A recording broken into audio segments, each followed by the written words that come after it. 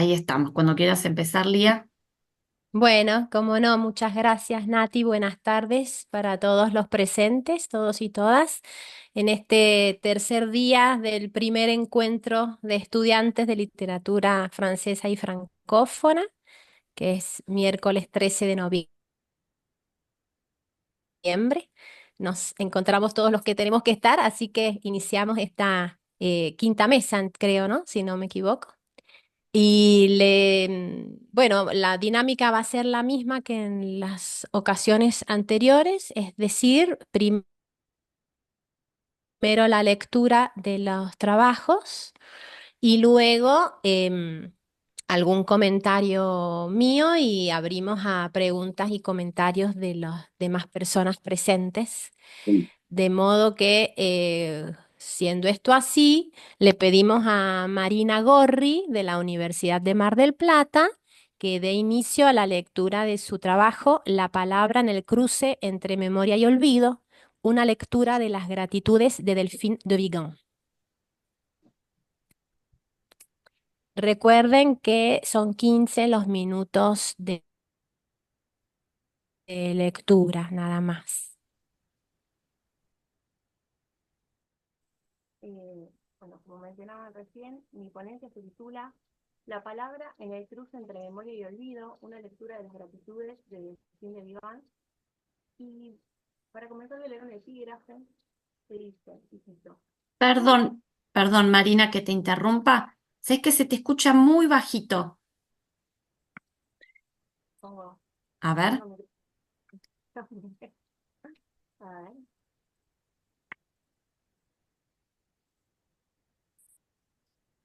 escucho mejor? No, ¿Me yo escucho? no sé si todos se escuchan A igual ver, que yo, que se escucha muy bajito.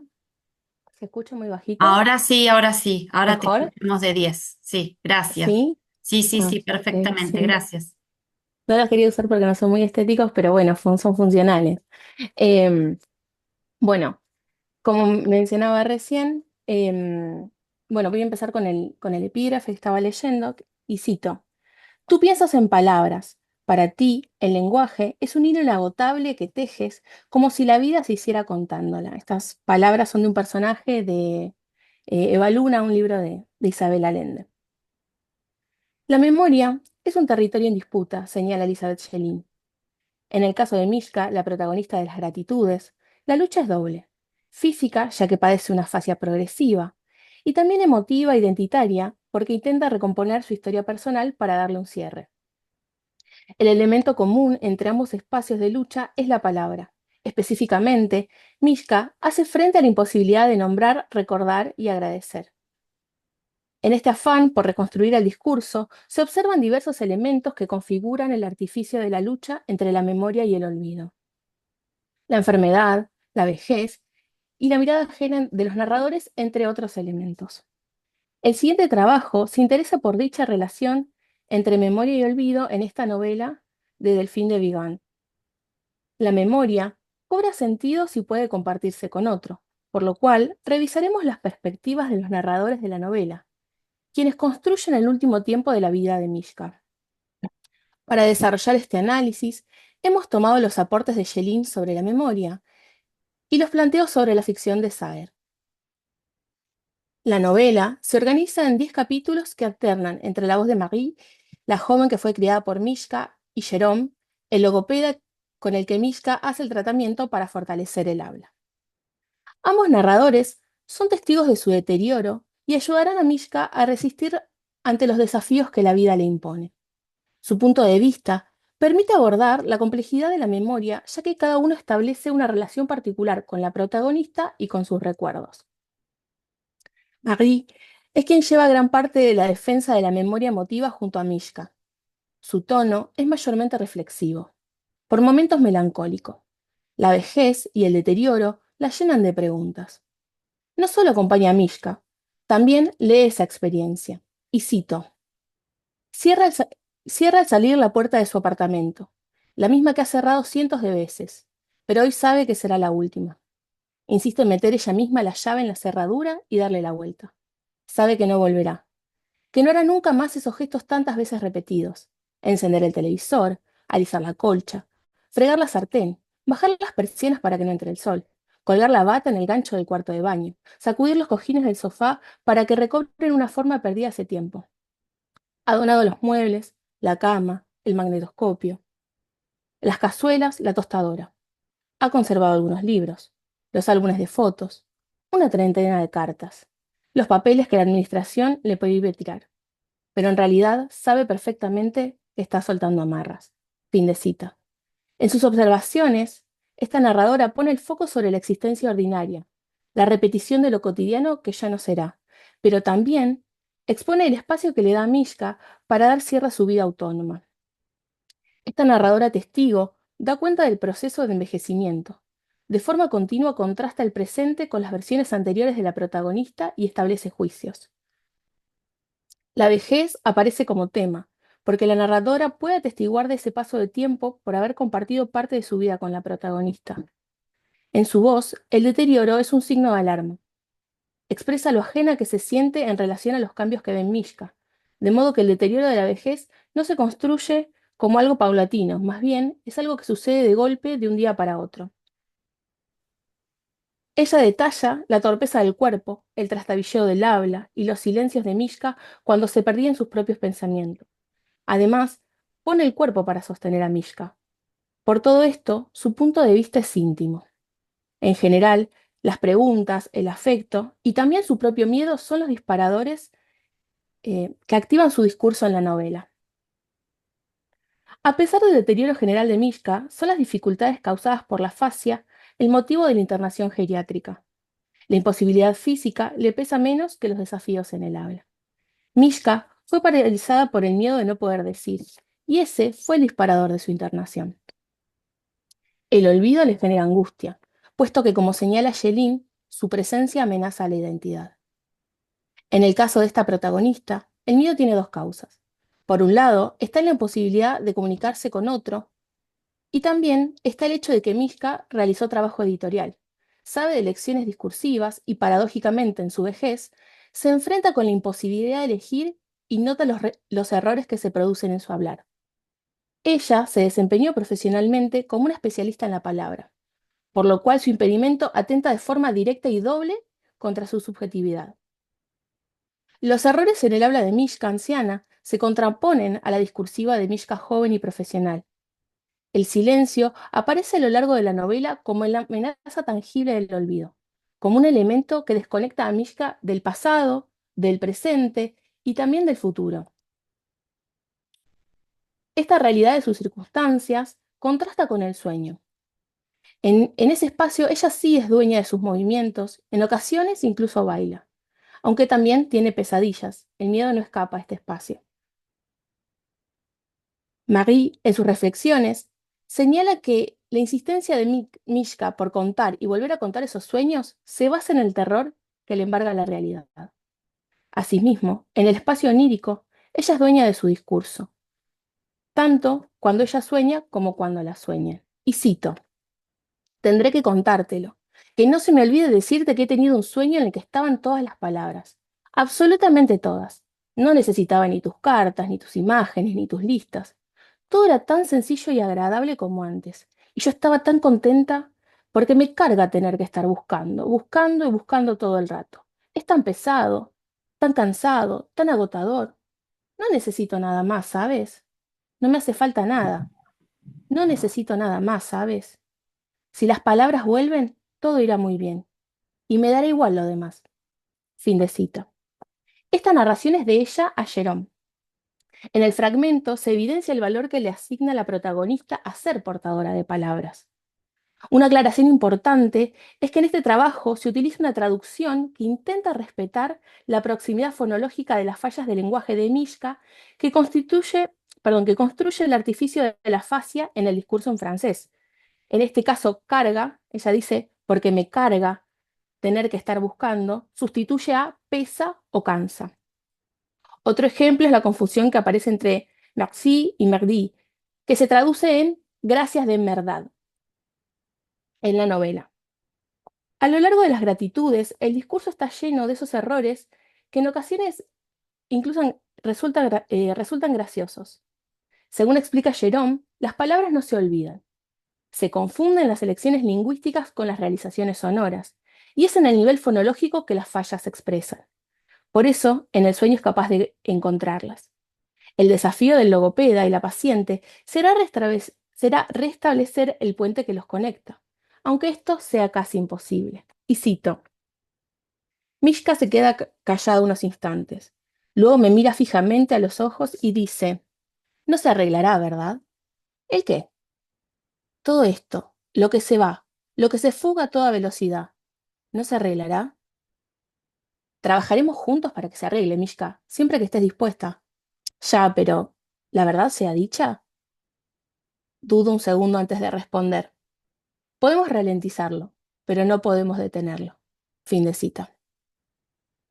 Ella desde el inicio sabe que la lucha está perdida de antemano, pero igualmente sigue haciendo actividades con su terapeuta. Por su parte, Jerome, en tanto logopeda, mantiene una lucha personal con la memoria.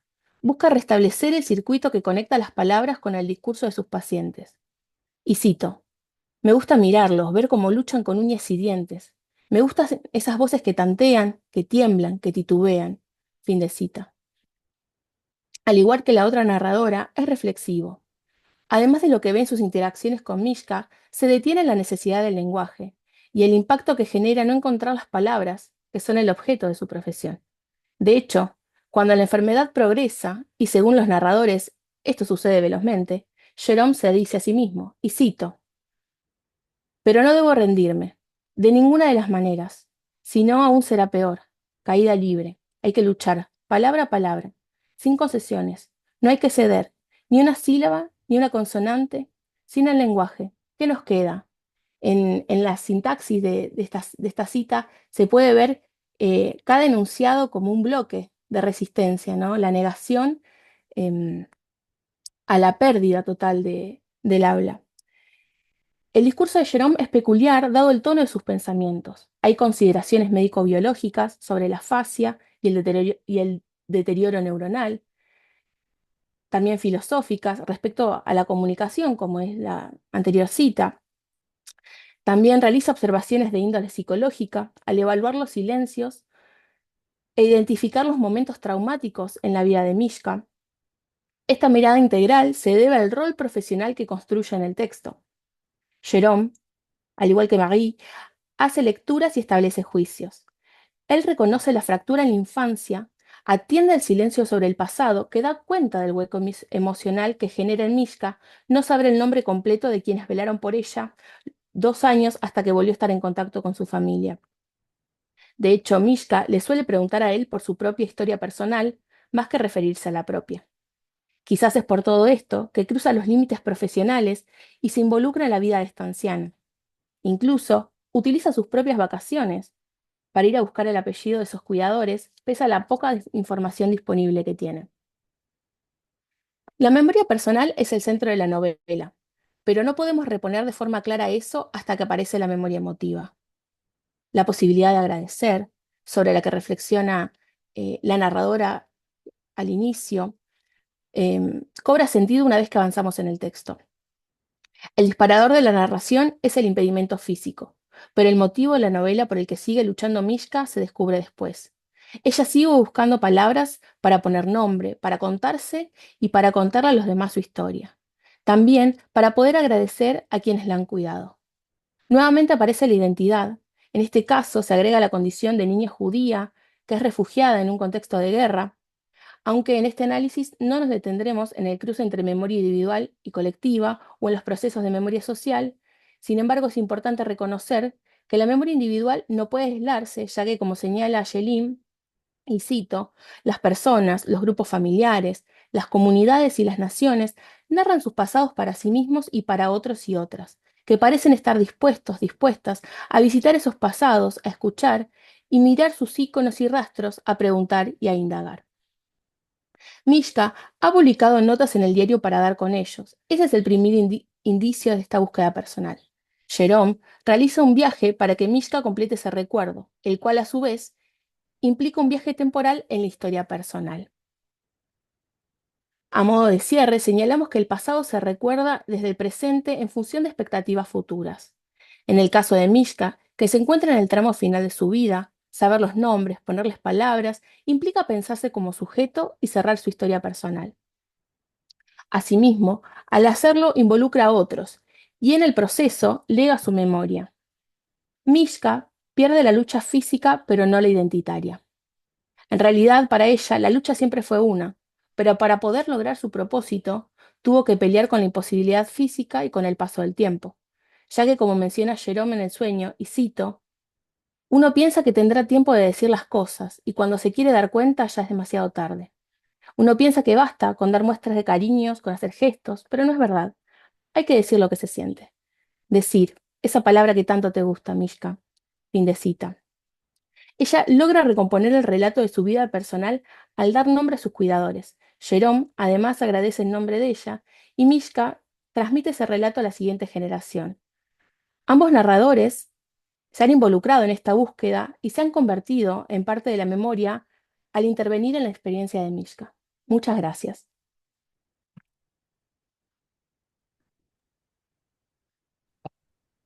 Muy bien, Marina, y gracias por ser cuidadosa con el tiempo. Estuvo muy claro, muy bien leído. Gracias. Le damos ahora la palabra a Matías, Matías González, del Instituto Superior Mariano Acosta, que va a leer su trabajo La Planète Sauvage, derivas del surrealismo en el cine de animación. Hola, ¿me escuchan? ¿Se escucha bien? Sí, te escuchamos perfectamente. Bueno, saludarlos a todos, a todas. Yo soy un estudiante de tercer año de la Costa y el trabajo este es un poco intruso quizás en el Congreso, pero bueno, lo dejo a criterio de ustedes.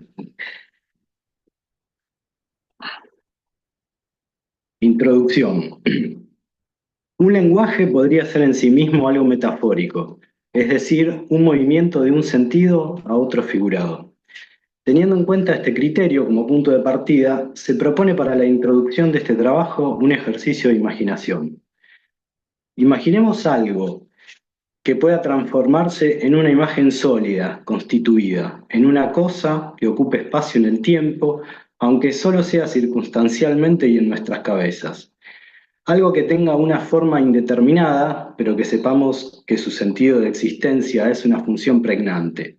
Posiblemente obtendríamos diferentes formas a partir de punto y línea, color, sonido y movimiento, que fabricarían a su vez otras formas y para intentar decodificarlas habría que apelar a algún lenguaje. Quizás la mayor virtud de los surrealistas haya sido primero intuir, luego buscar y finalmente nombrar este elemento, algo por encima de lo real. Y aunque no se lo pueda definir del todo, podemos decir que serían imágenes naturales de máxima pureza, que brotarían sin filtros de fuentes inconscientes e incluso insospechadas, ligadas esencialmente a cómo ve el mundo un recién nacido. Para los griegos, fantasma significaba reflejo y hacía alusión a las imágenes que podemos crear en nuestra mente. Se trata de la representación mental de algo que no está. En consecuencia, fantasía es aparición, espectáculo, imagen, y ambas palabras derivan de phanein, que significa aparecer. Asimismo, maravilla significa cosas sorprendentes o extraordinarias que causan admiración. La interacción de estos elementos tiene probablemente en los sueños y en los delirios sus representaciones más cabales. En palabras de André Breton, un dictado del pensamiento sin la intervención reguladora de la razón, ajeno a toda preocupación estética o moral. La búsqueda de este elemento fantástico como motor de la creación artística y principal estandarte del surrealismo se difuminó en gran medida después de la Segunda Guerra Mundial y derivó, con una suerte de voluntad migratoria propia, de las pinturas en los museos a otras ramas del arte y a los incipientes dibujos animados, populares e infantiles.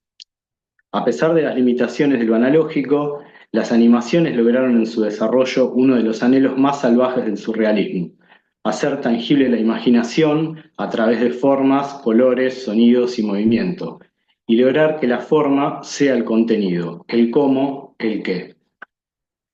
No todas las animaciones tienen este carácter, ni tampoco todas heredaron la esencia surrealista más íntima, pero podemos citar algunas que, aunque no sean necesariamente las más importantes del género, recorrieron estos caminos y abonaron de alguna manera las premisas de los surrealistas en forma y contenido. Encontramos desde el cortometraje Fantasía de Dalí en 1945 y que se terminó en 2003, Alicia en el País de las Maravillas, es de Disney de 1951, El viaje de Chihiro, Miyazaki 2001, que ganó el primer Oscar a la mejor película de animación, pasando por series como Ugly Americans, que es de Devin Clark del 2010, Hora de Aventura, Pendleton Ward del 2010 y Ricky Morty, Justin Roiland del 2013, que ensancharon el universo de lo posible a experimentos polémicos como ¿Quién engañó a Roger Rabbit? De CMX 1988 o Cool World de Bakshi 1992, donde confluyen actores y dibujos animados en una realidad mixta hasta excéntricas obras maestras como Belladonna of Sadness, Yamamoto 1973, El huevo del ángel, Oshi 1985, Las trillizas de Belleville,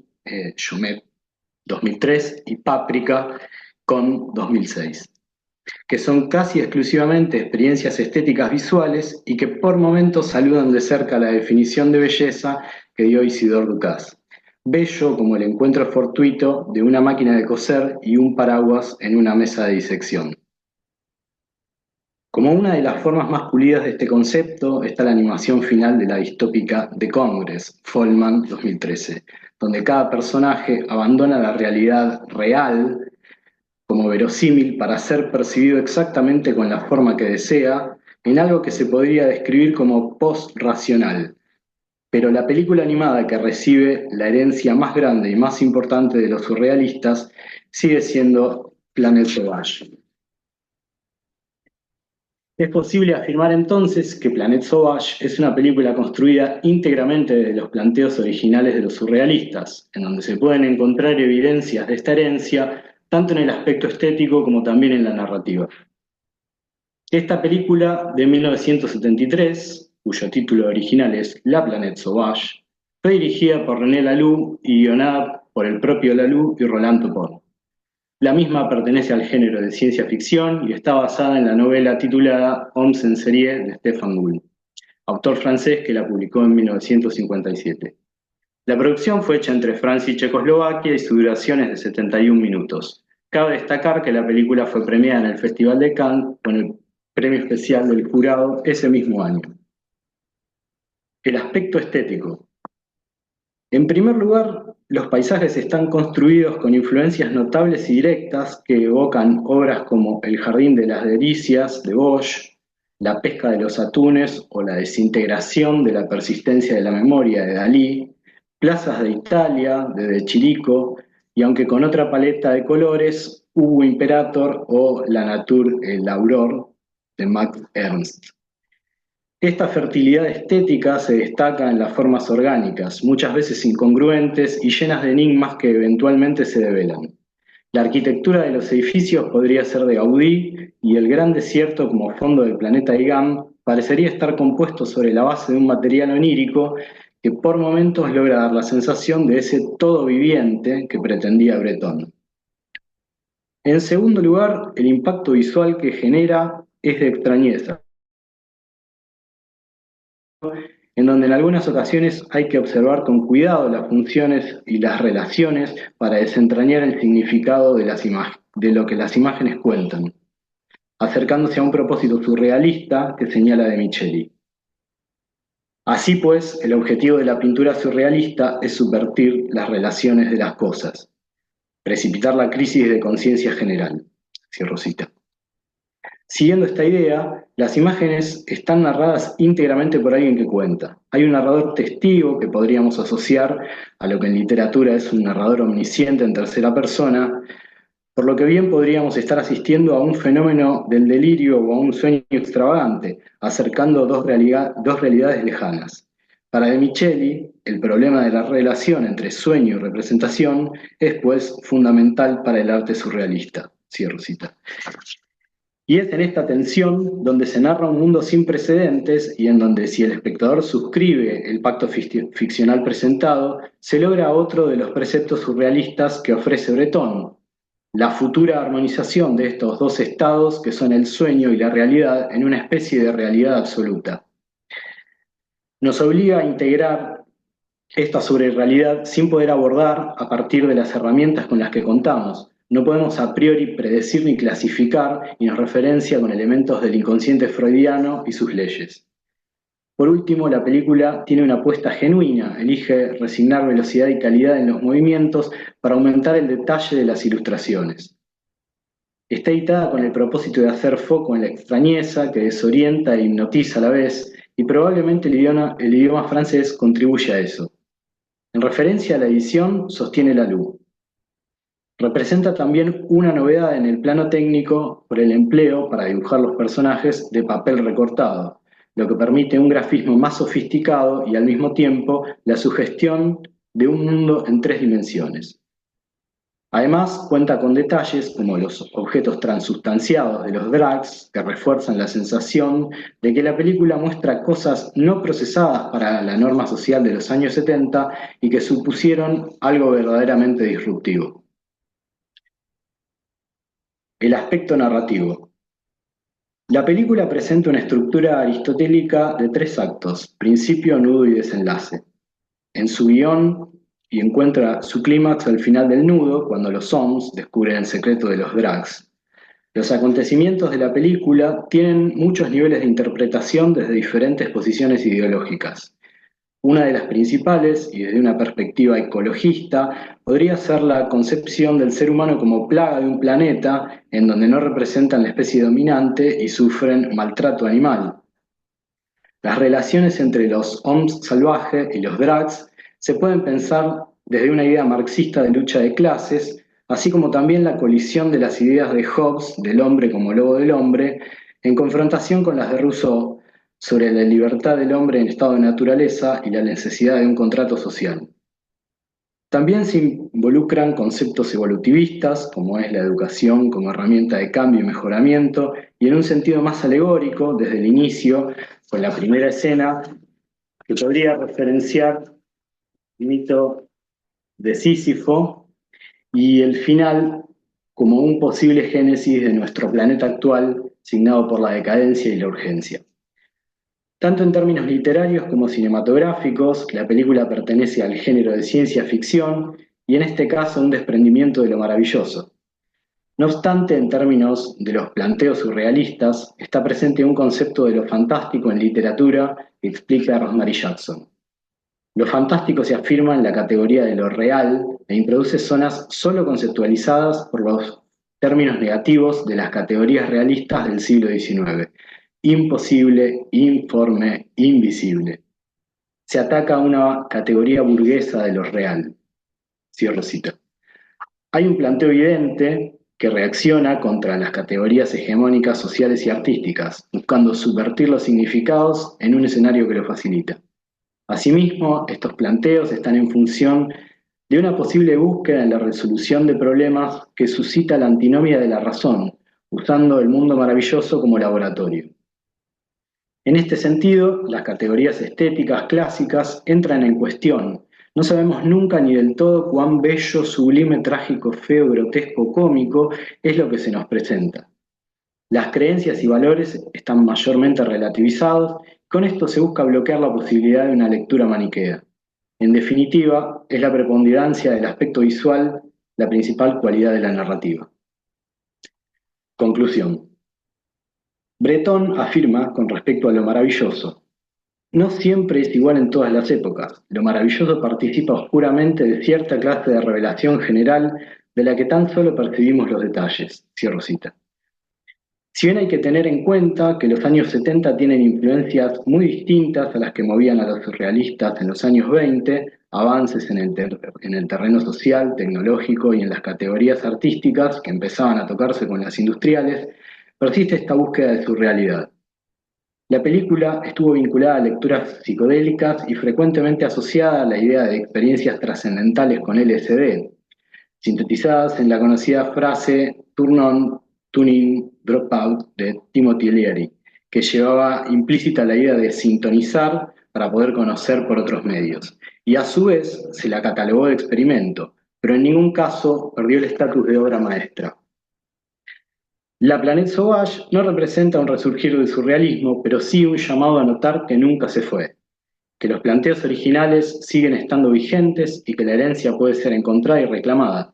Posiblemente, al igual que las vanguardias, el surrealismo ya no tendrá artistas mainstream como fue Dalí en su momento, ni tampoco un Bretón para pensar y teorizar. Los espacios de circulación serán necesariamente distintos de aquellos, como las obras de Jeff Faust y Max Sauco lo son en estos días. Por otra parte, hoy, a la distancia, podemos ver cómo el impacto de la Planète Sauvage en artistas de lo raro como Luigi Serafini o Douglas Dixon dio sus frutos.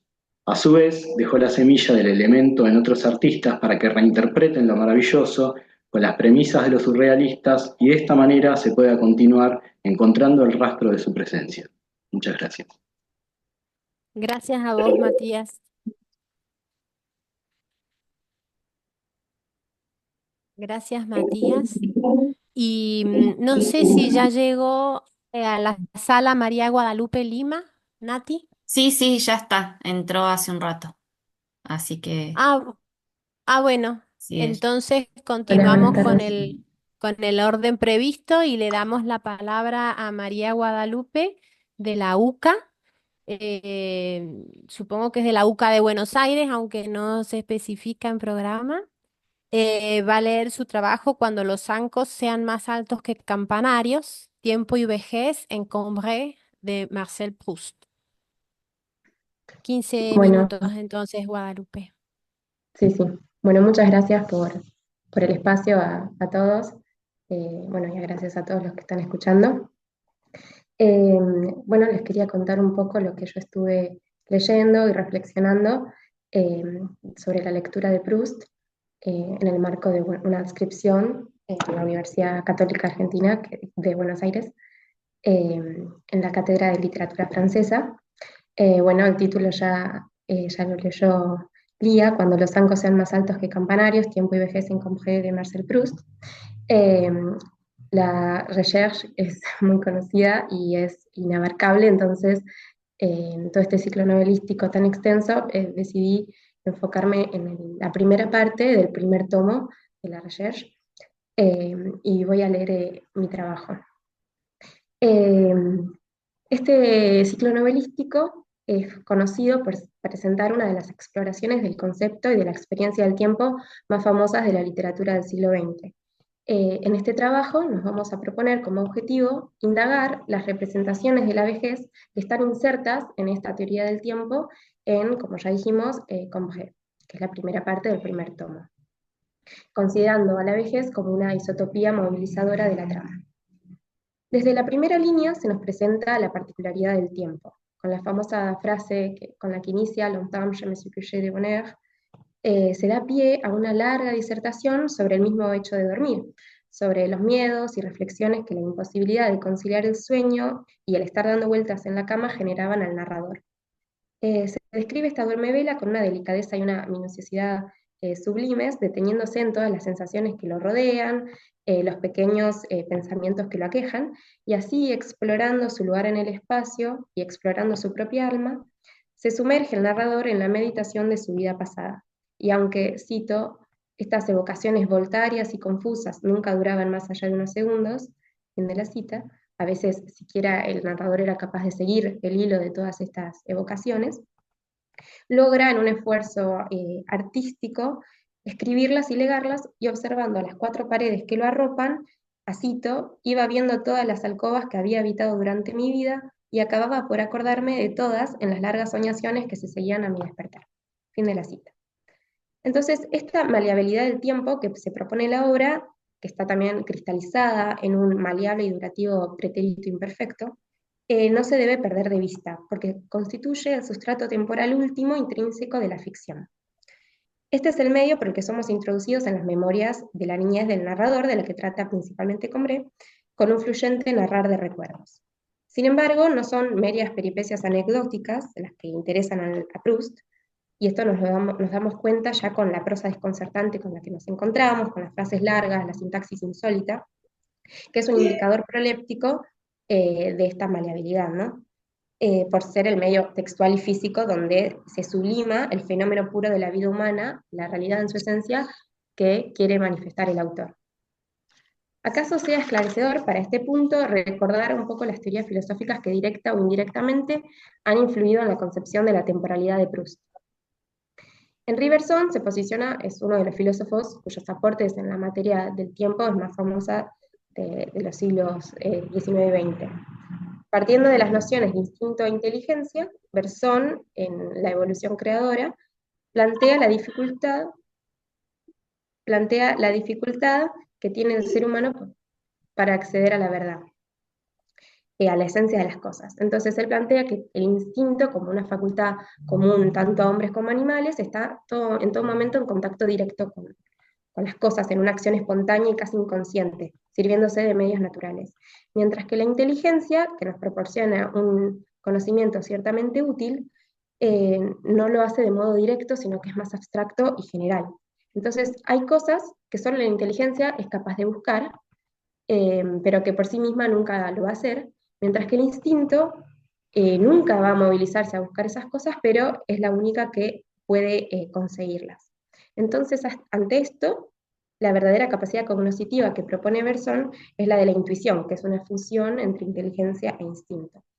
El cómo el hombre percibe a la temporalidad, que lo hace en analogía al espacio, entonces separa linealmente los acontecimientos, es una muestra de cómo la inteligencia es incapaz de percibir la verdadera esencia, porque descompone en conceptos al fluir esencial del tiempo, organizándolo linealmente. Esta es en realidad la misma, para recordar un poco, la misma disyuntiva que plantea San Agustín en el famoso libro 11 de las Confesiones, ¿no? Cómo se mide el tiempo, cómo lo hacemos. Dice que, bueno, lo que plantea Agustín es una distentio animi, cómo nosotros lo medimos con el presente del pretérito, que es la memoria, el presente del presente, que es la visión, y el presente del futuro, que es la expectación. Entonces, esta distentio animi sería este campo psíquico que propone Bergson como duración. Entonces, solo la intuición puede captar la verdadera esencia del tiempo, la simultaneidad que requiere y que supone el tiempo, en un espacio psíquico que, bueno, como ya dijimos, es la duración. Un continuo que no puede reducirse a instantes y no puede separarse en momentos sucesivos. Entonces el narrador, al introducir los recuerdos de su niñez, nos dice al respecto, cito: lo que yo habría recordado de eso serían cosas venidas por la memoria voluntaria, la memoria de la inteligencia, y los datos que ella da respecto al pasado no conservan de él nada. Nunca tuve ganas de pensar en todo lo demás de Combré. En realidad aquello estaba muerto para mí. Fin de cita. Y luego cito otra vez, así ocurre con nuestro pasado. Es trabajo perdido el querer evocarlo e inútiles todos los afanes de nuestra inteligencia. Ocúltase fuera de sus dominios y de su alcance. Es un objeto material, en la sensación que ese objeto material nos daría, y de que no sospechamos. Y del azar depende que nos encontremos con ese objeto antes de que nos llegue la muerte o que no lo encontremos nunca.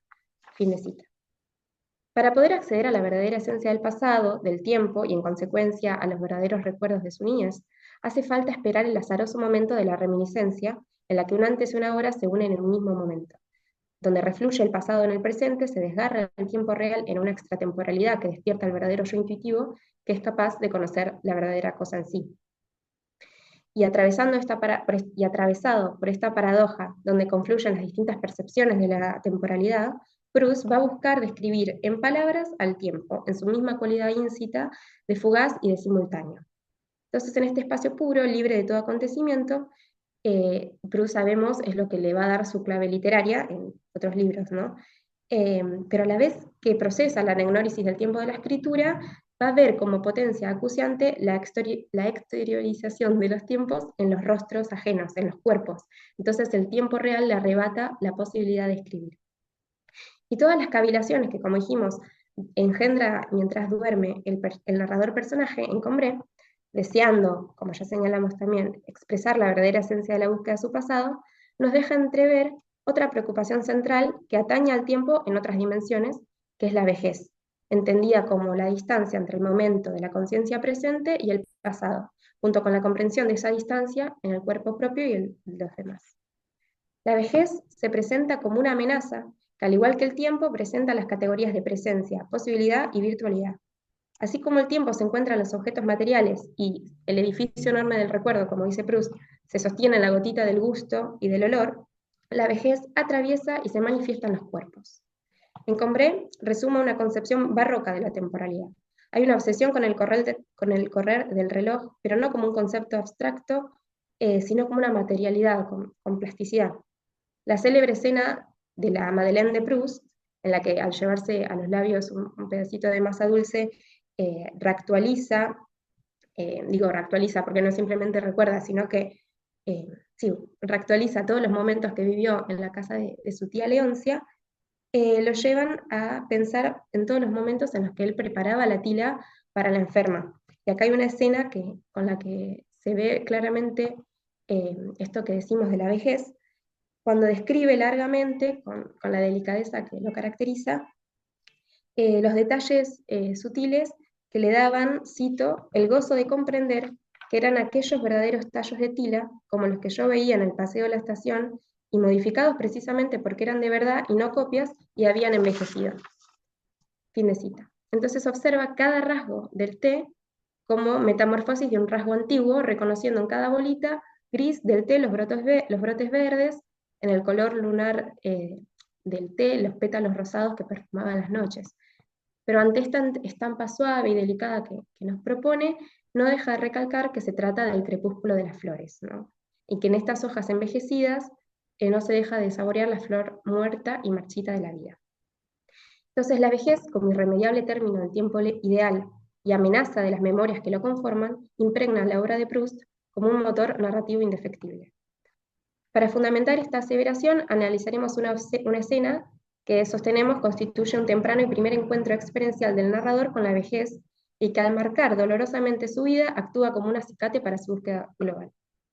Antes de poder tener acceso a los recuerdos intuitivos y reales de su infancia, antes de comer la Madeleine y que tomen forma sus memorias, escapando, como él dice, de su taza de té, lo único de lo que tenía recuerdo era su casa de campo en 2 pisos fijos, unidos por una escalera a la hora fija de las 7 de la tarde, y signados por el drama de no quererse ir a dormir sin el beso de su madre. Entonces él nos explica largamente toda esta escena, cómo él sufría sin que su madre no lo salude, sobre todo cuando iban visitas, y cuando en la escena muy memorable que va Swan a la casa, y eso impide que la madre lo salude, él transgrede el mandato paterno y va igual de madrugada a buscar a su madre.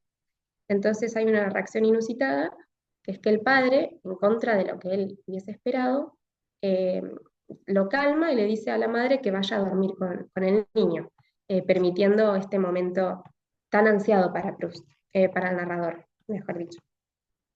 Esta escena entonces lo marca, pero no como una feliz huella, sino como una dolorosa cicatriz. Apenado, solloza, pero no porque quería más mimos, sino porque esa noche su madre, al hacerle una primera concesión y al abdicar a su ideal, se confiesa vencida por él. Llora entonces porque él, su hijo, la derrotó a la manera que pudieran haber hecho, cito, la enfermedad, las penas o los años. Y agrega más adelante el narrador con palpable sensibilidad. Verdad que el hermoso rostro de mi madre tenía aún el brillo de la juventud aquella noche, pero precisamente se me figuraba que aquello no debía ser, y que con una mano impía y furtiva acababa de trazar en su alma la primera arruga y pintarle la primera cana. Entonces un momento que debió ser feliz, pues al fin y al cabo su capricho se había cumplido, no lo fue. No lo fue porque la campana que resonó esa noche no lo dejaría nunca de atormentar, la campana del primer contacto con la vejez. En aquel momento, el aún niño comprendió cómo cambia la vida, cómo el tiempo quebranta a las personas, robando el tiempo ideal. Confiesa el narrador, cito, si escucho atentamente percibo los sollozos de aquella noche. En realidad, esos sollozos no cesaron nunca, y porque la vida va callándose cada vez más en torno mío, es porque los vuelvo a oír, como esas campanillas de los conventos tan bien veladas durante el día por el rumor de la ciudad, que parece que pararon, pero que tornan a tañer en el silencio de la noche. Fin de cita. Son los años, entonces, los zancos que están en el título de esta ponencia, y es la vejez la altura que pueden alcanzar, y el miedo que en los últimos tomos de La Recherche el personaje confiesa, ya que él describe al senil temblor. Esta es una cita del último libro, L'État retrouvé, que es, cito, como si los hombres fueran encaramados en unos zancos vivos que crecen continuamente, que a veces llegan a ser más altos que campanarios, que acaban por hacerles la marcha difícil y peligrosa, y de los que de pronto se derrumban. Me daba miedo que mis zancos fueran ya tan altos bajo mis pasos. Me parecía que no iban a conservar la fuerza suficiente para tener mucho tiempo unido a mí aquel pasado que descendía ya tan lejos. Fin de cita. Marcel entonces desea poder describir a los hombres ocupando un lugar sumamente grande, prolongado sin límite en el tiempo. Busca describirlos como gigantes sumergidos en los años, extratemporales y eternos. Pero en Combré esa virtualidad no se cumple. Los objetos envejecen y se marchitan, y solo la catedral de Combré puede sostener el tiempo en su espacio y vencer épocas sucesivas, y solo el campanario posee la posibilidad del tiempo infinito. Bueno, y quizá también la lectura que le permite a Proust eternizar el tiempo en sus páginas. Bueno, muchas gracias.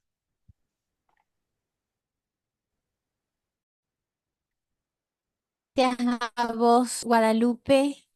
Muchas gracias. Y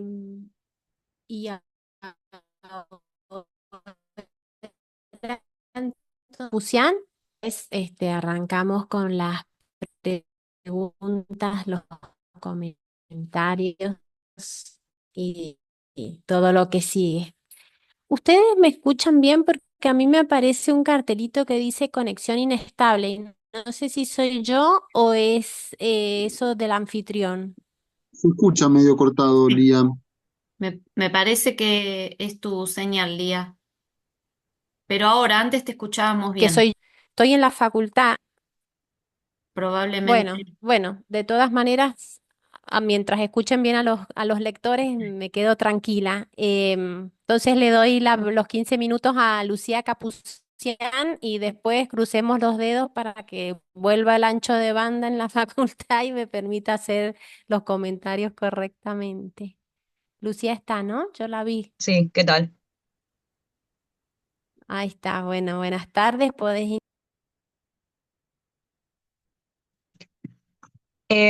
Bueno, esta ponencia se llama Apuntes sobre el yo lírico en la modernidad en la poética de Charles Baudelaire.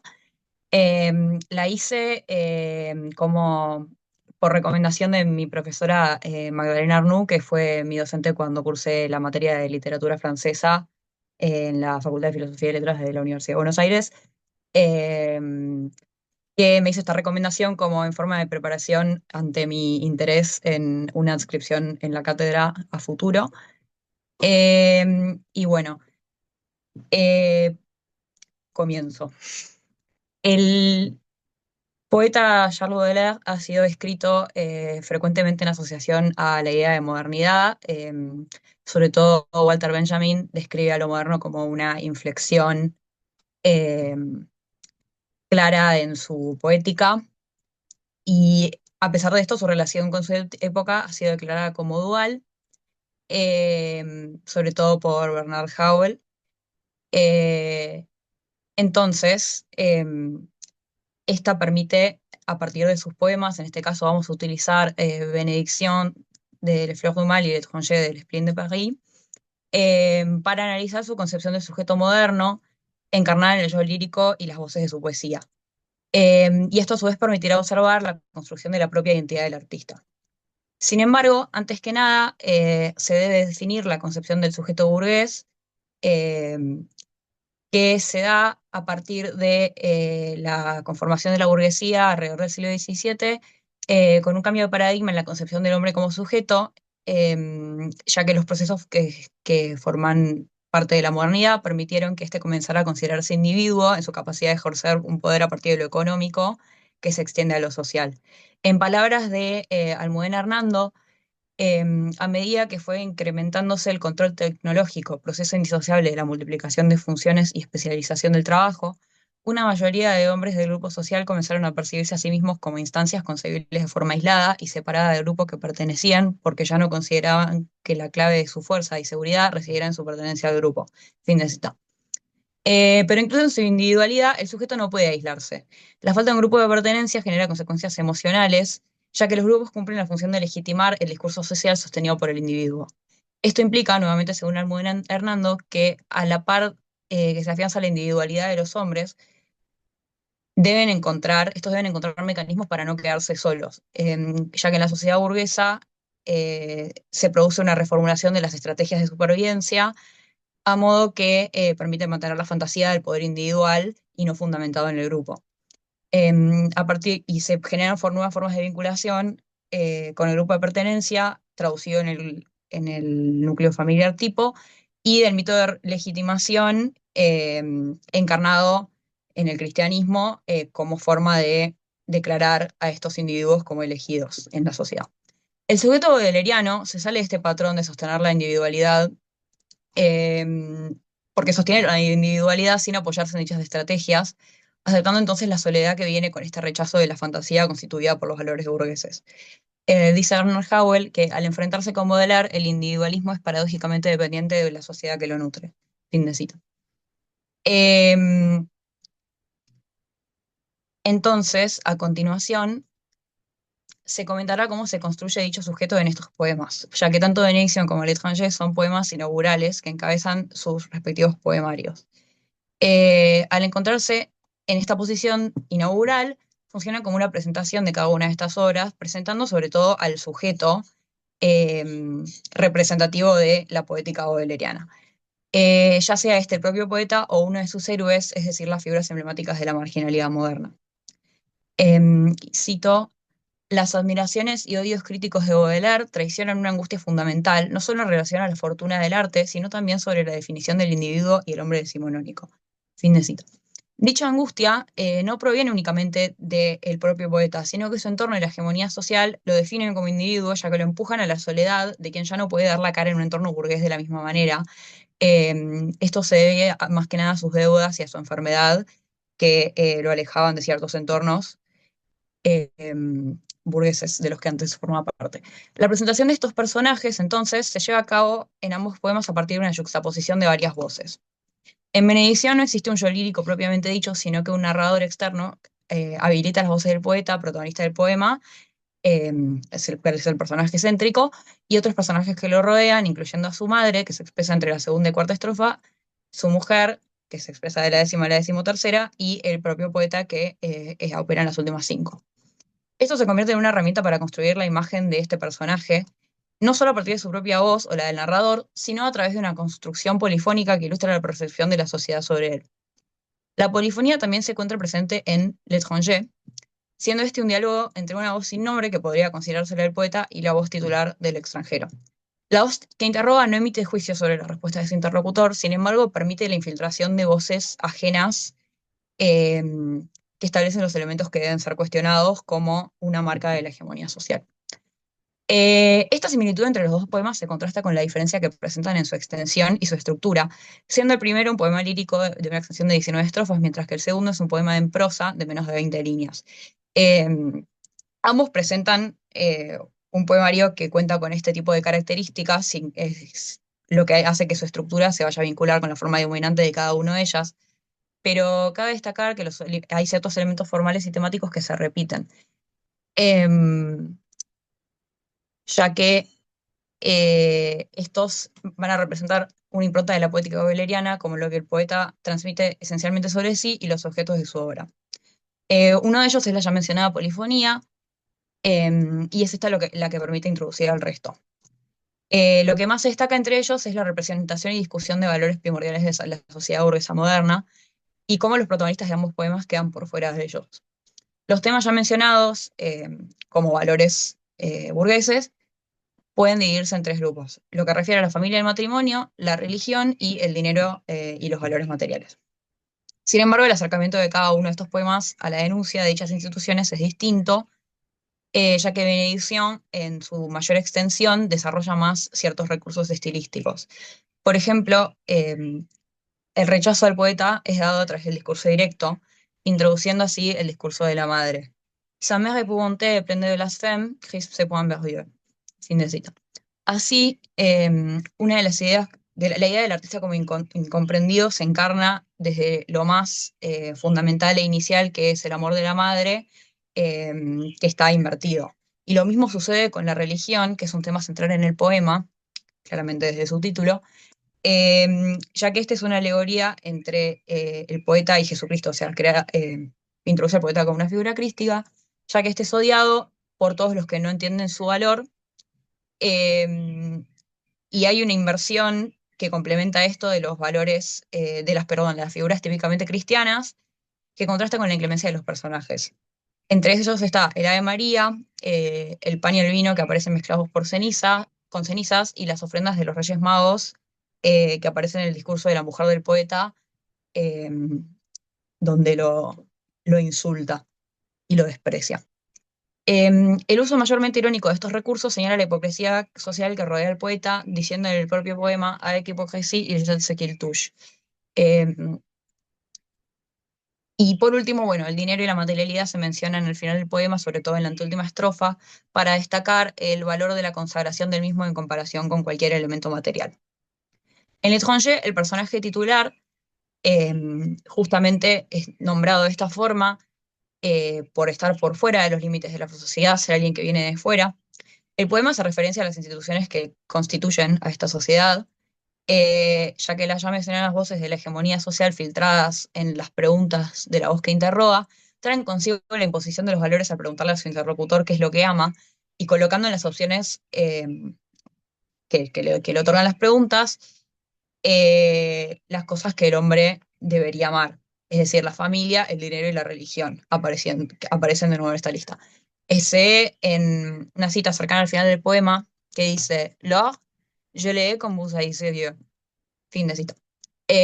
Poniendo al mismo nivel tanto el dinero como la religión, siendo estas cosas que son rechazadas.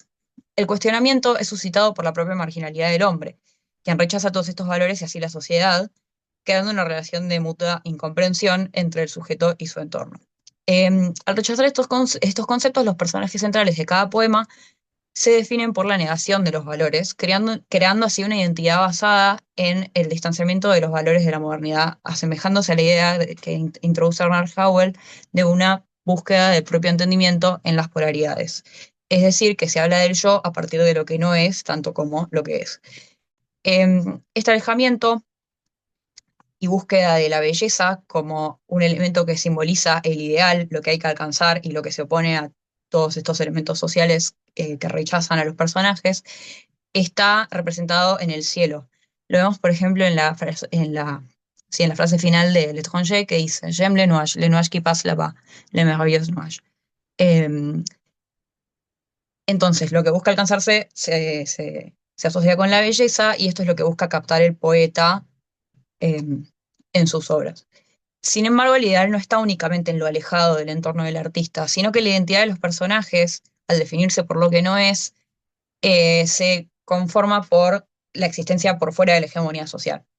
El poeta, en Benedicción, se muestra tranquilo con el rechazo que se narra en el poema. Lo vemos cuando dice Tout ce qu'il veut aimer, l'observe avec crainte, ou bien scénarise sa tranquillité, cherche qui lui sera une plante. Fin de cita. Y es este dolor lo que le permite finalmente consagrarse, ya que se hace énfasis en el sufrimiento vinculado con el cristianismo hacia el final del poema durante su discurso, a través de un campo del éxito del sufrimiento, dice, por ejemplo, Mon Dieu qui donne la souffrance o La douleur et la noblesse unique, mostrando de este modo que el dolor es un elemento necesario para poder conseguir la consagración. Y esta idea se asocia con Baudelaire como poeta, ya que en este autorretrato, donde se presenta como poeta en Las Flores del Mal, ilustra la siguiente idea. La estructura de Las Flores del Mal resulta de la implacable exclusión de cualquier tema lírico que no lleve a la impronta de la profundamente triste experiencia de Baudelaire. Fin de cita. Y es justamente esta tristeza lo que lo lleva al deseo de representación de este propio sufrimiento y también el de los otros, ya que en L'Étranger se retrata la marginalidad. Sin embargo, esta se encarna a través del personaje que ya desde el título y desde la primera línea se califica como un hombre enigmático, resaltando así la incomprensión que este personaje, que caracteriza a este personaje. Eh, y esto refuerza el pensamiento, bueno, eh, de que el poeta viene a representar lo que Benjamin llama el desecho de la sociedad encontrado en las calles y derivan en sus temas heroicos de estos mismos desechos. El rol entonces de representar a los marginados o los héroes que viven simultáneamente dentro y fuera del mundo moderno, siendo capaces de experimentar la vida que solo es posible existiendo más allá de las fronteras sociales, convierte al poeta en portavoz, lo cual también se refleja en el poema a través del interlocutor, ya que se realiza un procedimiento metapoético en este poema al ilustrar la actividad del artista como narrador, o sea, como quien se encuentra con esta marginalidad eh, y la narra. El proceso de creación de la poesía aparece reflejado en el poema y el mismo poema es el resultado de esta creación. Nuevamente Benjamin dice, pues el héroe moderno no es un héroe, sino quien lo representa. Fin de cita. Cabe considerar entonces al extranjero como un doble del poeta también, ya que expresa los mismos ideales con los que éste se alinea, llevando a vivir esa existencia dual, donde la marginalidad es a la vez una fuente de sufrimiento y una condición para la conformación de la identidad y el arte. Eh, entonces, para finalizar y redondear un poco estas ideas, la marginalidad aparece como un elemento clave en la poética de Baudelaire. Los sujetos, incluyendo al propio poeta, están fijados en ella, son extranjeros en la modernidad, viven fuera de una sociedad dominante. Pero esto es, sin embargo, también aquello que les asigna su mayor rasgo de identidad. La alienación que sufren es entonces lo que les da forma a la poesía. En Benedicción, esto se ve en el discurso del poeta, en el cual declara que el sufrimiento causado por los maltratos es lo que le permite brillar, mientras que en L'étranger se hace presente cierta característica metapoética que permite ilustrar el proceso de creación, que convierte al artista en portavoz de la marginalidad social. Los dos poemas, con sus ya mencionadas diferencias, conforman una introducción a distintos momentos de la poética de Baudelaire. Ambos encarnan la dualidad que experimenta el sujeto alienado y como dicha alienación es fuente de la producción poética. Bueno,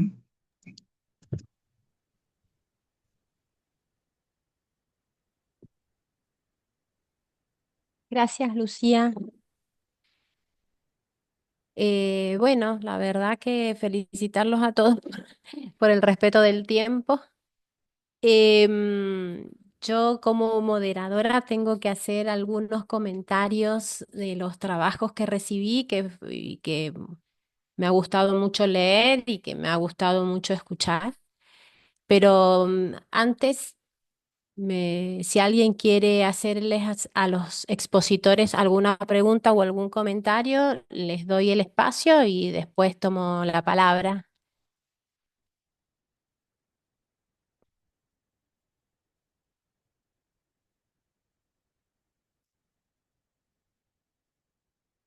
No sé si los expositores entre sí o quienes participan del lado del público se han quedado con alguna duda o algún comentario, algo que quieran aclarar, preguntar, agregar. Si hay alguien levantando la mano, no lo veo, así que abra el micrófono y pregunte. ¿No? Bueno, repito entonces mis felicitaciones por estos trabajos porque me parece que las elecciones de los temas han sido muy feliz, muy atrevida incluso. Eh, en el caso de Lucía y de Guadalupe, que se atrevieron con dos grandes, ¿no? Dos autores difíciles. En el caso de Delphine de Vigan, una autora tan actual, y en el caso de lo que propuso Matías, esta relación de mirada tan amplia con el anime, creo que han sido cuatro elecciones muy valiosas. Así que los felicito, ¿no? Para estos trabajos, no sé si muy inaugurales, pero se supone que de estudiantes. Bien, y ahora entonces me toca hacer la bruja. Y sí me detengo trabajo por trabajo para señalar algunas cositas que en realidad no quieren ser otra cosa que un aporte eh, desde la docencia y desde los años que uno les lleva de ventaja, que no solo sean canas y arrugas, sino también un poquito de experiencia que les facilite a ustedes el trayecto como noveles investigadores y como escritores de trabajos que pueden perfectamente ser publicados. Empiezo por la palabra en el cruce entre memoria y olvido de Marina. Eh, la verdad que la novela es preciosa y a mí me interpela muy especialmente porque mi madre atraviesa ese problema. Así que lo que vos describiste de la novela está muy bien leída. Realmente me gustó mucho, me convenció mucho. Pero bueno, voy a algunos detalles. Tu trabajo inicia con una preciosa frase de Gelin que dice, bueno, yo la pronuncio así, no sé si es Gelin, Gelin, yo afranceso todo. La memoria es un terreno en disputa y me parece que hubiera cabido un desarrollo de esa idea, ¿no? Explicar esa idea que es el punto de partida. Me parece a mí que ya que tomas esa definición tan cabal, creo que había que desarrollarla antes de seguir. Lo mismo de diferenciar, o sea, definir, distinguir dos términos que usaste, memoria personal y memoria emotiva, ¿no? Porque si los distinguiste es por algo y creo que también cabía un pequeño desarrollo. Lo otro, puesto que lo fuerte es la cuestión de las palabras acá, que es como una enfermedad, ¿no? Con la que lucha Mishka, creo que un aporte desde las neurociencias, desde la neurolingüística, un agregado de bibliografía específica desde ahí puede ser interesante también y fortalecedor de tu análisis.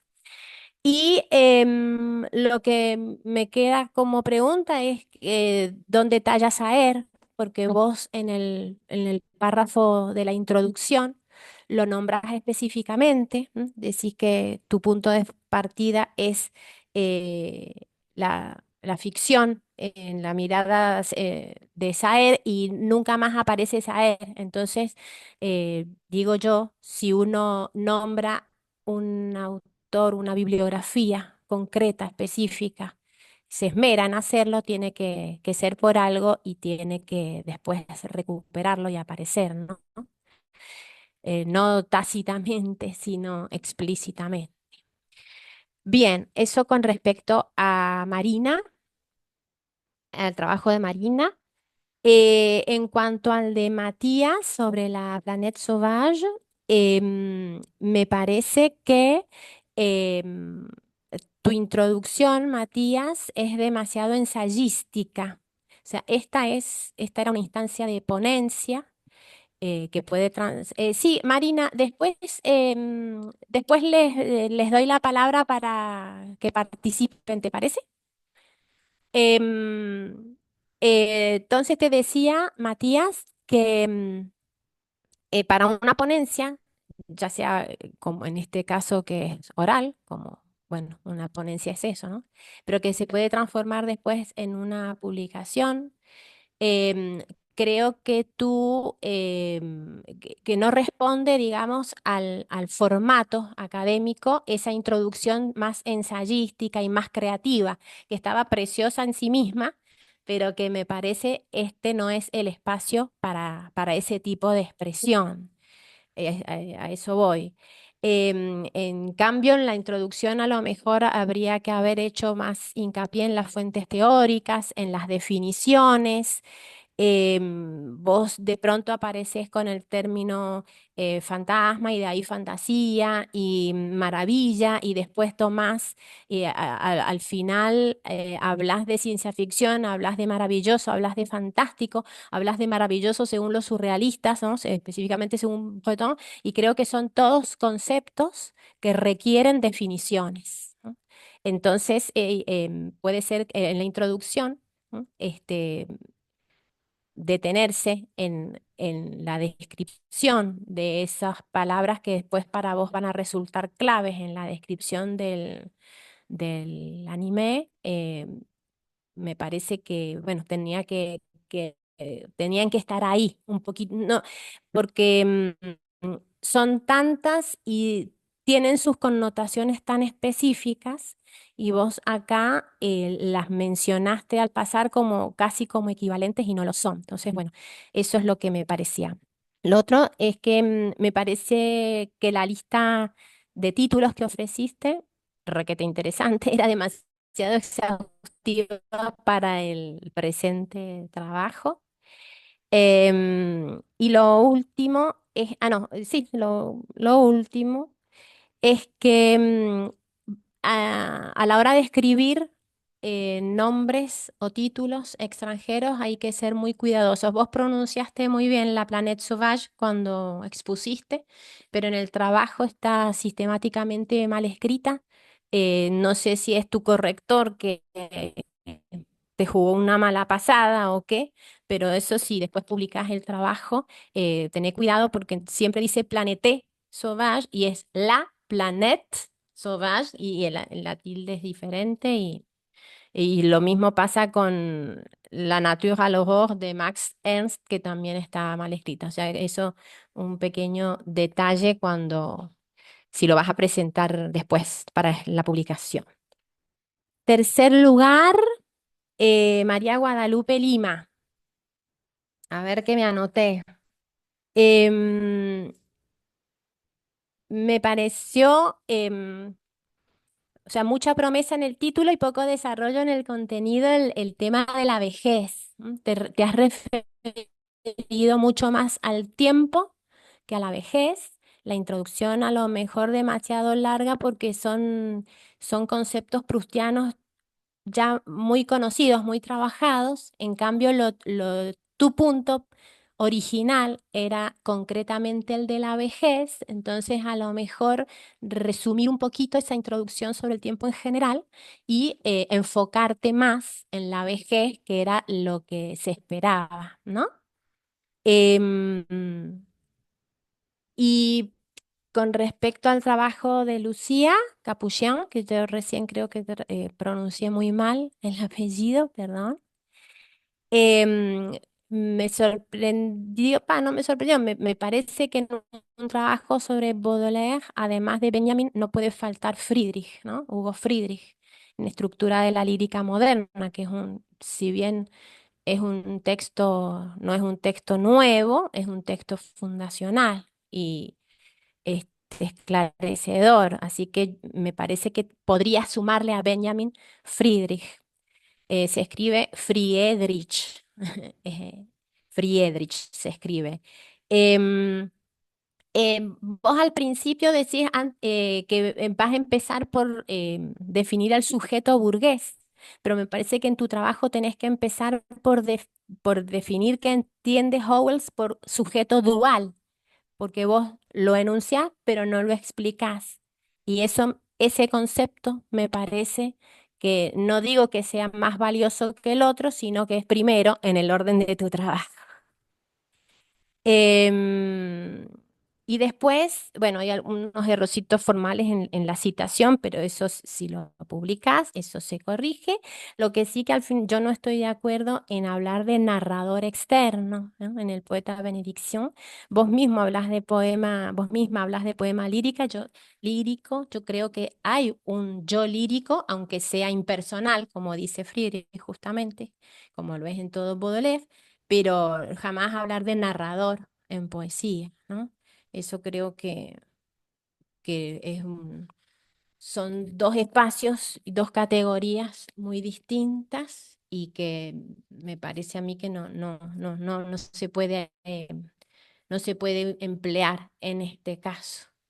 Pero bueno, mm, les largué todo junto, así, chun, chun, chun, disculpen, fruto de en realidad una lectura atenta y proactiva, ¿eh? Ya les digo, es la docente que sale y no quiero decir la investigadora experimentada, pero bueno, alguien que ya ha hecho un poquito más de pasos y que les está dando estos consejos. em, pero no es para nada, no quiere ser una crítica, sino un aporte. Espero que así se entienda y por eso ahora mismo les doy la palabra a cada uno de ustedes por si quieren justamente aclarar algo, em, discutir algo, justificar lo que quería hacer, pero bueno, cualquiera puede, por supuesto. A mí, bueno, los comentarios que me hiciste los anoté y los voy a tener en cuenta. Y en cuanto a Saer, tiene que ver con el modo en el que trabajan los narradores, porque Saer piensa en relación a la ficción que el modo en el que se trata tiene una estrecha relación con su contenido. Entonces, me faltó explicitarlo en alguna parte del trabajo. Yo creo que Aclararlo. Es claro. exacto. Y después Sería lo único que falta. y en cuanto a lo demás, lo voy a tener en cuenta, quizás si hago este tipo de distinciones, tener un material que apoye para que pueda ser claro el porqué de esas diferenciaciones. Así que bueno, muchas gracias. De nada, me encantó el trabajo.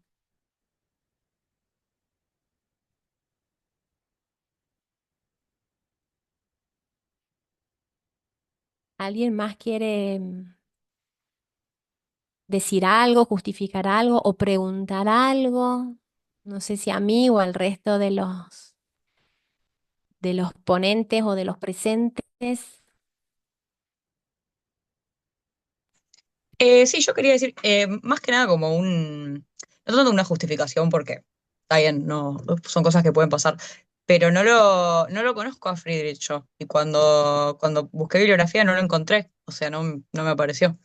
A veces se pueden Ah, escapar esas bueno, cosas, ¿no?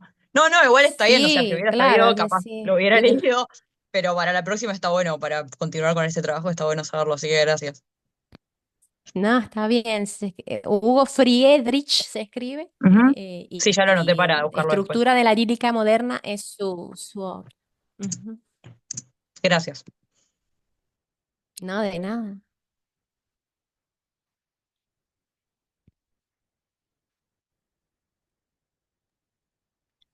¿Cómo están? Bueno, yo una pregunta general para los cuatro. Me pareció muy interesante la mesa porque era bien diversa. Me parece que este encuentro nos da la oportunidad de ver qué acontece con las lecturas en otras universidades, en otros institutos. Eh, Guadalupe, no sé si querés hablar vos y después yo hago la pregunta, pero es una pregunta general. No hay No, no, problema, yo puedo si esperar. querés, yo porque no encontraba el micrófono para hablar antes, Ah, entonces dale, dale, yo después no retomo, podía no te poner. das problema. No, pero si no, no hay problema. No, dale vos para adelante, no hay ningún problema. Ah, bueno. No, simplemente muchas gracias por los comentarios, que bueno, siempre sirven porque, bueno, estoy iniciando, bueno, supongo que muchos acá como estudiantes estamos recién comenzando con investigación. Eh, Respecto a lo de, bueno, al comentario de mi trabajo, sí es verdad que quizá me detuve mucho con lo preliminar. El trabajo está en un marco bueno, de una investigación que yo pretendo que continúe, digamos, estas simplemente las primeras 4 páginas del trabajo en lo que, bueno, en mi idea. Y nada, y mi interés principal era analizar, hacer como un análisis de todas las escenas que puedan incluir a la vejez justamente en Combré. Pero bueno, por la extensión del trabajo, y bueno, porque eran 15 minutos, me detuve en dos que consideraba principales, pero bueno, quizá No, simplemente comentar esto, pero muchas gracias por los comentarios y todo. No, está perfecto. Sí, evidentemente es un trabajo para crecer muchísimo y cuando crezca más, bueno, va a quedar más equilibrada la introducción, por supuesto que sí, pero bueno, en este momento pasaba eso, pero se entiende perfecto, Guadalupe, tranquila. Me tuve que me silencio y además me borro porque tengo este problema de que el ancho de banda es corto y no quiero quitarlo al desarrollo normal del Zoom. No hay problema, Lía. Guadalupe, ahí no sé si viste que Alma Morante dejó un comentario en el chat em, que te recomienda la lectura del libro de Walter Romero. No sé si lo conoces a Walter, que es profesor en la UBA. Leo el mensaje, dice, allí encontrará una gran consistencia argumentativa para sumar a su estado de la cuestión, tanto para el tema sensible de Bergson como para el complejo tema del despertar del narrador. El libro de Walter es Formas de leer a Proust, que salió creo que el año pasado, si mal no recuerdo, o en el 22. Sí, sí, Em, muchas gracias. Además, sí, lo conozco, leí bastantes cosas de él sobre Proust, pero bueno, el libro todavía no lo alcanzo. Pero muchas gracias, sí, sí, lo voy a tener en cuenta. Bueno, retomo lo que estaba diciendo. Gracias, Lía, por los comentarios y la lectura de los trabajos y, bueno, la escucha, por supuesto, de las ponencias. Yo les quería preguntar a las expositoras y a Matías, em, ¿en qué momento están, digamos? Esto que ustedes nos están presentando acá es un punto de partida, es algo que vienen trabajando hacia algún tiempo, es algo que dejaron y retomaron puntualmente para esta ocasión. Eh, bueno, vos, Guadalupe, un poco acabas de contar que es algo que estás pensando continuar, profundizar y ampliar, pero si querés agregar algo más, podés hacerlo y bueno, me gustaría escuchar al resto también. Perdón, ahí yo aparezco como Lenguas y Literaturas, mi nombre es Natalia Ferreri, yo soy profe en la Universidad Nacional de Córdoba, para que sepan con quién están hablando.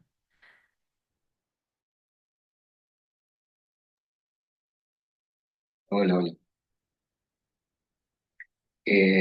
No, solo agradecer los comentarios de Lía y eh, como respuesta a lo que preguntas, al comienzo dije que era un poco intruso esto porque es un trabajo que hice para seminario y la verdad es que no tenía mayores pretensiones. De hecho, era un poco atrevido, o sea, se iba del formato, habría que pulirlo mucho más, pero no, de hecho me dio un poco de vergüenza venir hoy acá a participar de esto, pues eh, me parecía un tema un poco que no sé si estaba del todo dentro de los cánones, pero nada, está bueno escuchar a los demás y los trabajos estuvieron buenos.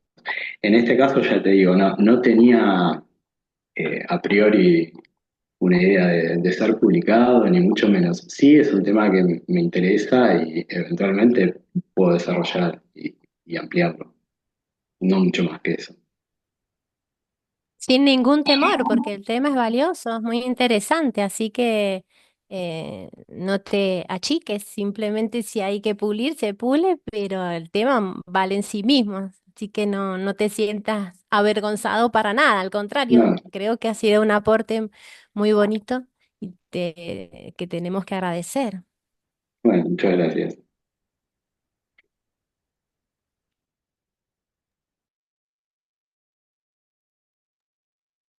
Sí, opino como Lía.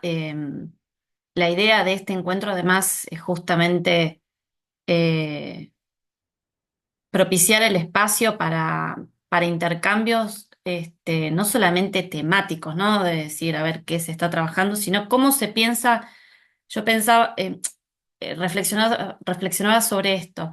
Estamos dando una idea de cómo entendemos la literatura en este momento, ¿no? En estos diálogos que estamos este, intercambiando desde el lunes que empezamos hasta hoy.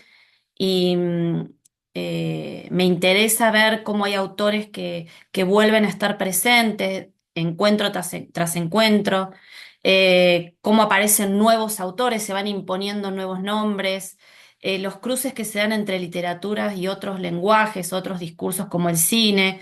Ayer también hubo unas chicas que presentaron un trabajo en relación con el cine, y la posibilidad de construir objetos de estudio eh, a partir de nuestros intereses, de los instrumentos que tenemos por nuestros trayectos académicos, y de lo que nos atraviesa quizás en el presente, ¿no? En términos de lo vital que nos acontece, que es ineludible en cómo observamos y vivimos la literatura. Así que me parece que no es para nada fuera de lugar lo que lo que has presentado, Matías. Así que, bueno, te agradezco desde mi lugar. Ahí Mariana levantó la mano, Mariana de Cabo. Sí, que quizás, bueno, Matías no comentó que también forma parte del proyecto, quizás cuando esté más avanzado, de formar parte de una suerte de adscripción a la cátedra. Y después, bueno, justo el Mariano Acosta es un instituto, profesorado que sufre muchísimo, ¿no? La inscripción está cerrada desde primer año, así que la presencia, digamos, el gobierno de la ciudad cierra la inscripción, ¿no? No pueden anotarse nuevos estudiantes al profesorado de literatura, así que la presencia de Matías es muy importante y hay todo un interés de parte de Matías de poder contribuir con traducciones. Por este momento, más bien del inglés, pero de, bueno, de ir acercándose cada vez más al francés, y de interesarse más por el estudio y un acercamiento a la investigación también, que como es muy modesto y estaba muy nervioso, no lo comentó. Así que bueno.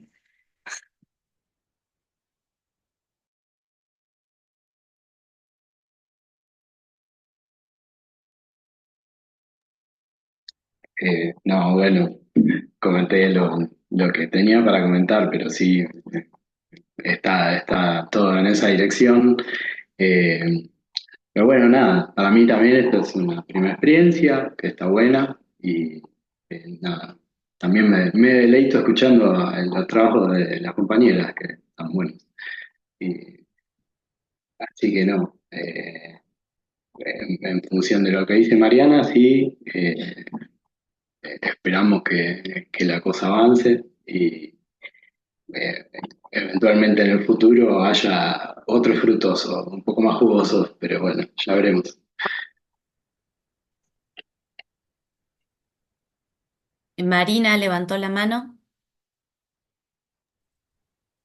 Sí, en realidad esto para Marina, mí... ¿sabés que te escuchamos súper Ah, bajito? Va, yo tengo que hacer un esfuerzo ¿puedo bastante. escuchar? Bien, hablo Pongo más el máximo y fuerte. no. ¿Ahí me escuchan? ¿Mejor? Sigue Sí, siendo muy sigue bajito. siendo bajito, digamos. Hay que hacer mucho esfuerzo, no sé si al resto le pasa lo mismo, pero es como que hay que hacer.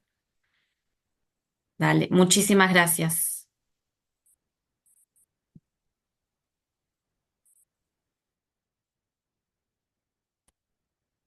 Yo en realidad, em, para mi tesis de licenciatura voy a utilizar otro corpus, pero sí tiene que ver con el objeto que a mí me interesa. Yo puntualmente estoy trabajando con escenas de lectura en textos latinoamericanos, pero tienen que ver con nociones como la memoria, el recuerdo, desde dónde se habla. Entonces, este texto cruza con esos intereses y es por eso también mi participación acá. Em, y bueno, eso. Hace unos años que estoy adscrita en una materia y no tengo mucho más para decir. No sé si Bien. tengo que... Mi director está participando en esta reunión, mi director de tesis, cuando llegue el momento, es Francisco. Eh, y, y bueno, eso, no sé si hay algo más en relación que tenga que aclarar. Bueno, gracias. Gracias a vos, Marina. No, más que aclarar, me interesaba conocer cómo van haciendo esos trayectos, ¿no? Cada cual su recorrido. Ayer un poco se habló de esto en otras mesas y bueno, además de escucharlos, es interesante saber cómo llegaron a estos objetos de estudio. Falto yo, creo. Em, yo en realidad algo mencioné, pero yo tengo interés en hacer una inscripción en literatura francesa y fui con mi docente, la que había sido mi docente de prácticos, y le pregunté cómo podía proceder con eso, porque sabía que en ese momento no estaban abiertas las inscripciones, pero como nunca había hecho un trabajo de investigación de ningún tipo, quería acercarme un poco a esto y me sugirió que participara de esta jornada, digamos, de este encuentro. Eh, y el tema lo elegí yo porque es algo que me interesa. No lo vimos tampoco en la materia, que creo que acá está Lucía Fogelfan, que es docente. Yo no, creo que no me conoce, pero yo la conozco al menos un poco de vista. Sé más novelas que poesía, por eso quizás como que no tengo tanto conocimiento de la bibliografía o de esas cosas. Las busqué por mi cuenta, pedí un poco de ayuda. Pero, pero nada, esto surgió de mi propio interés en hacer una inscripción en relación con esto en algún momento y bueno.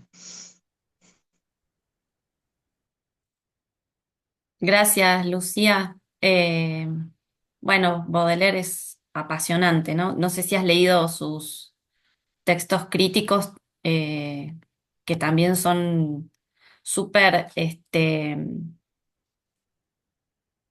elocuentes para pensarlo a él mismo desde lo que él mismo expone ahí en esos textos, ¿no? Además son hermosos para leerlos. Gracias. Y Guadalupe levantó la mano.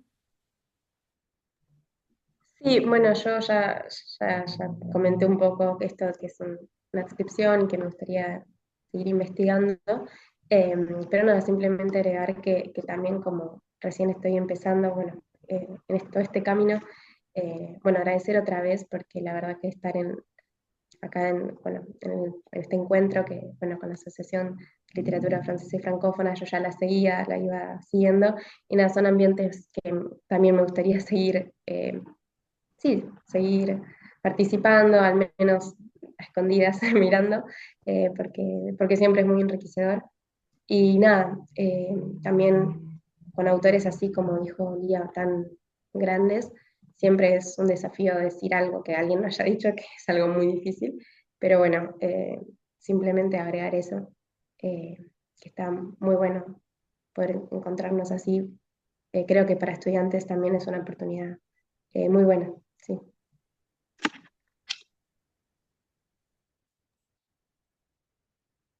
Gracias, Esto da Guadalupe. pie para decirles que Eso. están invitadísimos a seguir participando, ¿no? Que un poco lo insistía Francisco y supongo que vos, Nati, lo ibas a decir, que está el congreso del año que viene, el encuentro anual de la ALF en Rosario en mayo, eh, 21 a 23 de mayo, y en el blog de la ALF encuentran la circular por si quieren indagar y entusiasmarse, a lo mejor repensar esto que han presentado para nosotros y animarse a un público más amplio. Sería muy hermoso acogerlos en la asociación, así que más que bienvenidos, sí, Guadalupe, Matías, Marina, Lucía,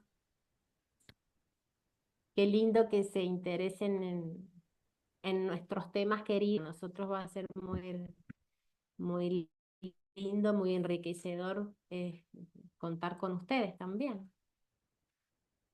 Nati, vos habías pasado la dirección ayer, creo.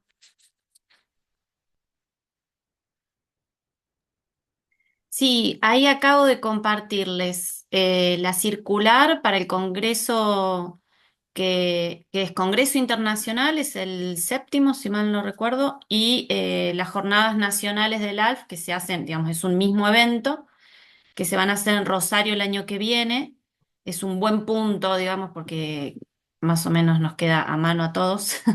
Em, y ahí les compartí también el correo electrónico de la asociación, en el cual pueden solicitar el formulario para integrar la asociación, que es una asociación no solamente conformada por docentes e investigadores, sino también hay egresados, becarios, hay estudiantes, de manera que los alentamos y las alentamos a que se sumen si les interesa participar en este espacio. Bueno, y en el marco de la ALF es que se organiza este encuentro de estudiantes. Así que bueno, invitadísimos, invitadísimas.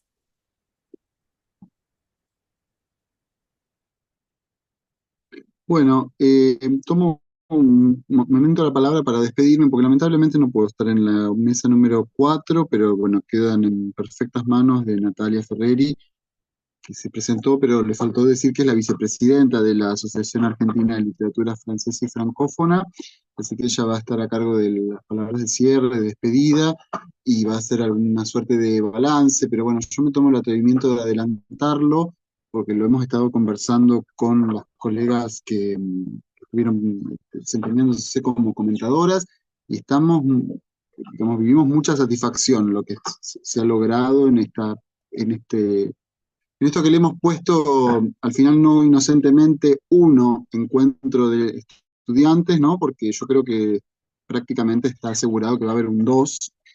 Este, y bueno, ahí se nos están ocurriendo más ideas para acompañar estos procesos de formación y de socialización.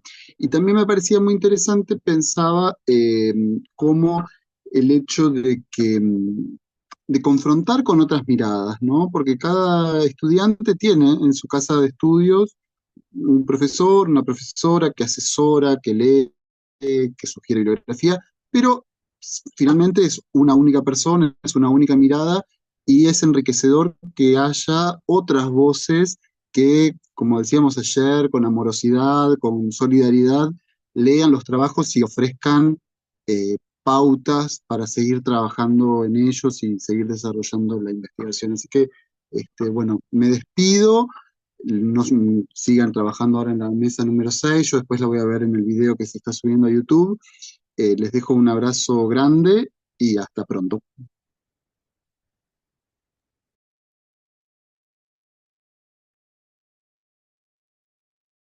Gracias, Francisco.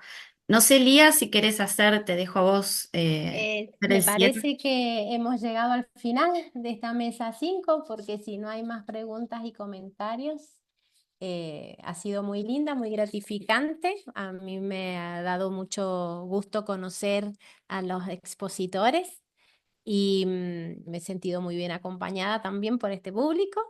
Y lamentablemente tampoco puedo estar en el cierre, pero les dejo acá mi, mi abrazo de despedida y con la esperanza de verlos a todos en Rosario en mayo del año que viene. Me parece que acá podemos cerrar, Nati, ¿no? Gracias, Lía, muchísimas gracias. Y bueno, acá cerramos la mesa 5. Nos encontramos a las 16:30 para la mesa 6, que va a estar buenísima, no se la pierdan, y para el cierre. Gracias a todos los que acompañaron. Chao, hasta la próxima. Felicitaciones a los ponentes. Chao.